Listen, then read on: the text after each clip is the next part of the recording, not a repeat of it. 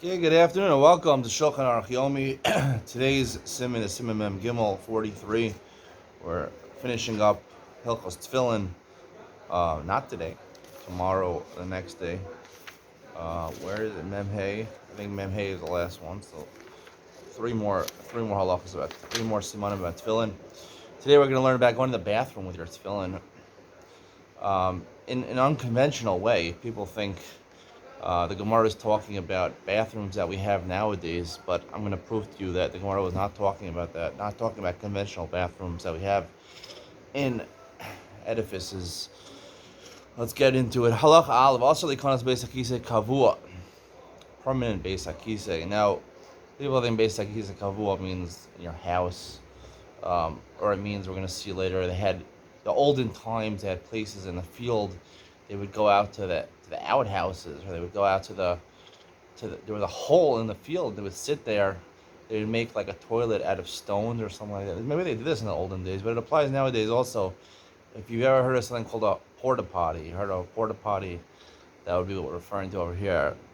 You don't go into basically lahashtin b'tefillin shebarosho. Even if you only go to urinate, talking about a man who urinates standing, because we're talking about where he's sitting down in the porta potty. He's not standing up. He's sitting down. Because we're concerned while he's urinating, he might defecate also. And just like we know it's usher to even pass gas, certainly defecation is the ultimate form of passing gas, which is usher where you're doing the tefillin to be designed to the gusha of the tefillin. If you're holding the tefillin in your hand, they're not on your head or on your arm in the right place, the makom mitzvah. So then you're allowed to urinate, basically say kavua. Haga, the Ramah says, "V'hainu dafa kshamashtin miyushav, the leikal amecha shanitzotzos." Right? If you're holding in your hands, so even if you defecate, you're not wearing the tefillin, so it's not designed to the tefillin. There's only a different concern that if you urinate standing up, so some of it you might have to clean off your feet. It might not go in the toilet. You have to go on your feet and you have to clean off your shoes. And you're going to clean your shoes with the tefillin, which is going to touch the tefillin, touch your urine. So it's going to be bad. We don't want that. Where there's no, drops of urine that are outside the toilet. Shita the asr lo adi basic kisei arai. We see a bit what is a basic kisei arai. Okay, spoiler. Basic kisei arai is when you go into the woods, pull down your pants, and you urinate into the woods, behind the tree, behind the bush. These things apply nowadays also. What do you think? Just talking about basic kisei arai, basically. These things, porta potties and behind the bush exist today also. Adi basic kisei arai. You can't do it standing because when you go behind the bush, it splashes a little bit on your feet. And we're going to see there's a couple problems when it splashes on your feet. If you're urinating while sitting down, means that it's a type of muddy. It's very muddy over there, where it's not clumps of mud, where it's not going to splash. It's not going to splash on your feet. It's going to be absorbed in the mud. The lake on itzotzos. Where there's no thing, it's not going to splash on your feet. So even though we're not concerned, you're going to have to wipe off your shoes. There's halacha, if you get urine on your shoes, you're supposed to wipe off your shoes. The reason being because if people see you after you went to the bathroom, they see that you walk out of the bathroom with urine on your shoes, they think that your urine doesn't shoot out like an arrow. It doesn't have and therefore they conclude that your semen also doesn't shoot out like an arrow. And the Gemara says that someone whose semen doesn't shoot out like an arrow can't bring in a woman. And if he has children, and I think it's impossible they're his children, it must be his wife committed adultery with another woman. So therefore, you have to be worried about, you have to wipe off the nitzotzos. It's a mitzvah, a shafshef. You have to wipe off your shoes, even if it splashes. So if there's no nitzotzos, beis hakisei arai not mishari. In an impermanent beis hakisei behind the bush, it's also permitted. Ein chilek ben kevel arai lingazel the beis hakisei kavod mistama osa esracham miyushav. Normally, when you go to a porta potty, you sit down over there. Otherwise, you can go behind the bush. And therefore, when you're sitting down, there's a concern you might come to defecate. So you have to take your tefillin off your head or off your arm. Basically, say, when you're standing up and urinating, so therefore we don't have to be worried that you're going to defecate or pass gas. We're not going to worry about that. So you can keep your tefillin on. You can wear your tefillin. But basically, like we said before, if you're behind the bush, where you're obviously most people don't sit down behind the bush and defecate. They stand up and release urine over there. So you're allowed, like we said, it's not a zilzal. It's not a zilzal to urinate. Interesting. It's not a zilzal to urinate while you're wearing your tefillin.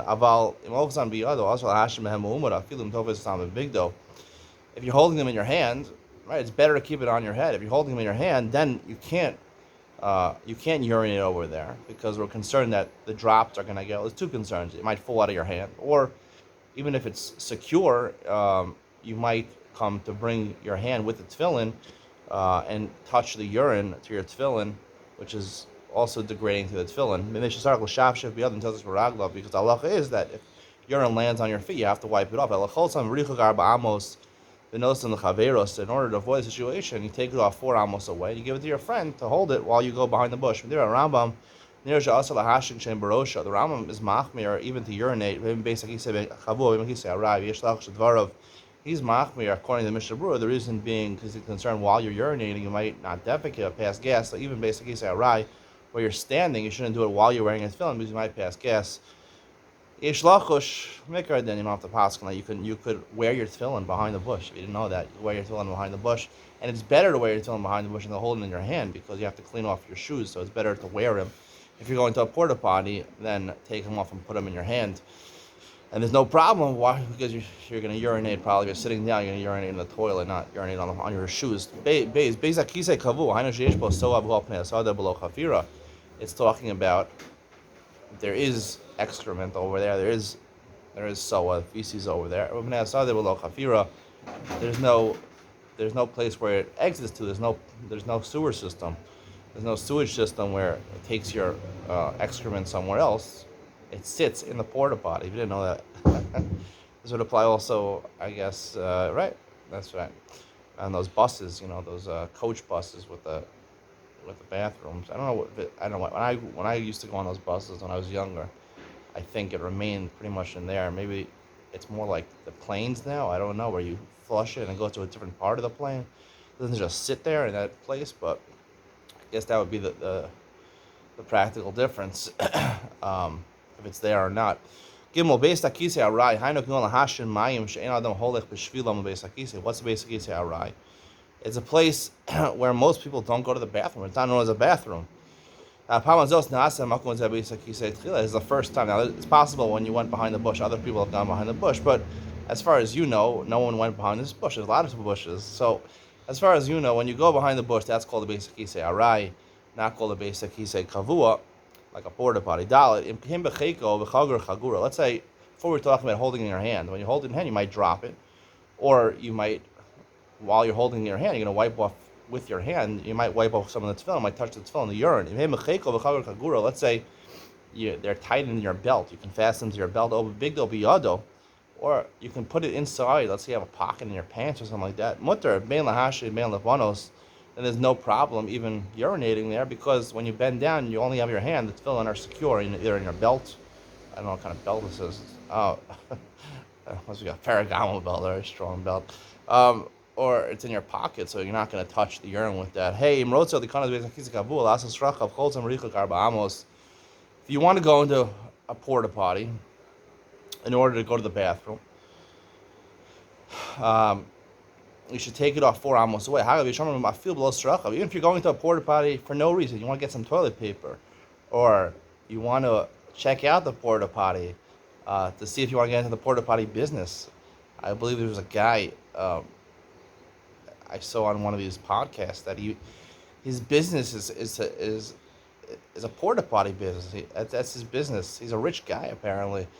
He owns a porta potty business. I mean, this is what he does for a living. He was very excited about his business. Guy apparently lost a lot of money and then he built up his porta potty business. It's funny talking about a porta potty business on air, but this guy was very proud of his porta potty business. And you know what was funny? The guy didn't even make any jokes about it. You know, the guy interviewing him was so serious. Yes, you're really doing good. Wow, how many locations do you have in the porta potty business? What's your revenue like? Hey, buddy, do you ever think for a second when you have a porta potty business that it smells? What are the terrible parts of owning a porta potty business? You have inspection. Do you ever do the inspections? All right. Some say even if you some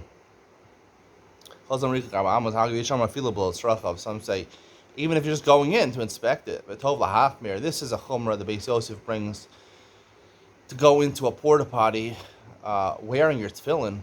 Why is that a problem? If you're not going to the bathroom, he is medame to a Beis HaMerchatz. We're going to see it coming up, and one of the next two sif, and we're going to talk about going into a spa or a sauna with them. Right? That is usher.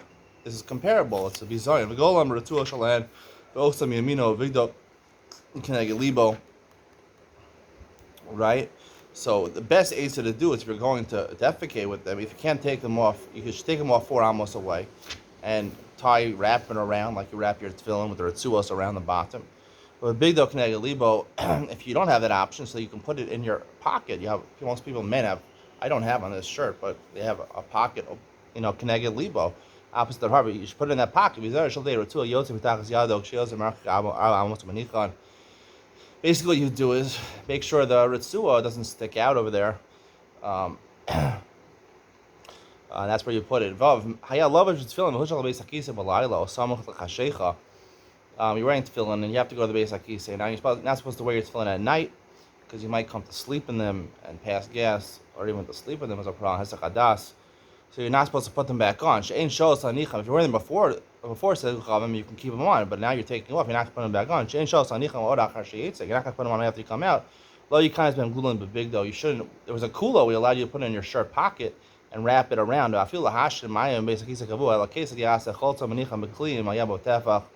What you do is you put it in their bag, right? As long as there's a tefach, which is this much space between the top of the tefillin and the top of the bag, then it's considered a good kisoy.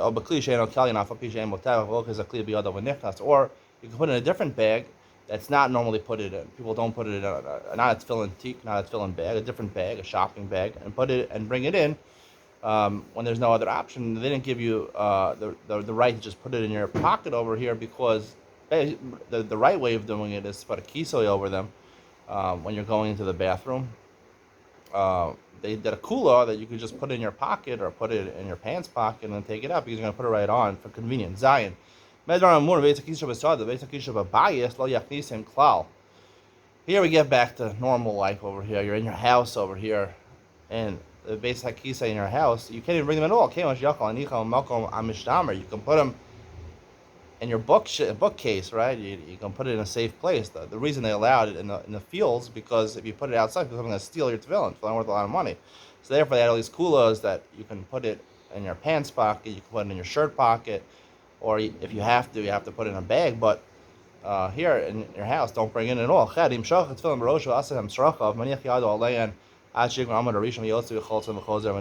say you made a mistake, you forgot, you went into the porta potty, you went into your house and started going to the bathroom defecating.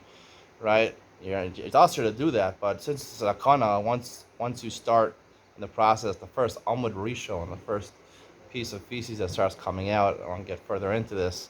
In the middle, you don't force it back in. It's bad for your health to let it come out, and then you put your hand over your tefillin, because it's a bizayon that the tefillin should be exposed like that. And then you go and take it out afterwards, and then go back to the bathroom.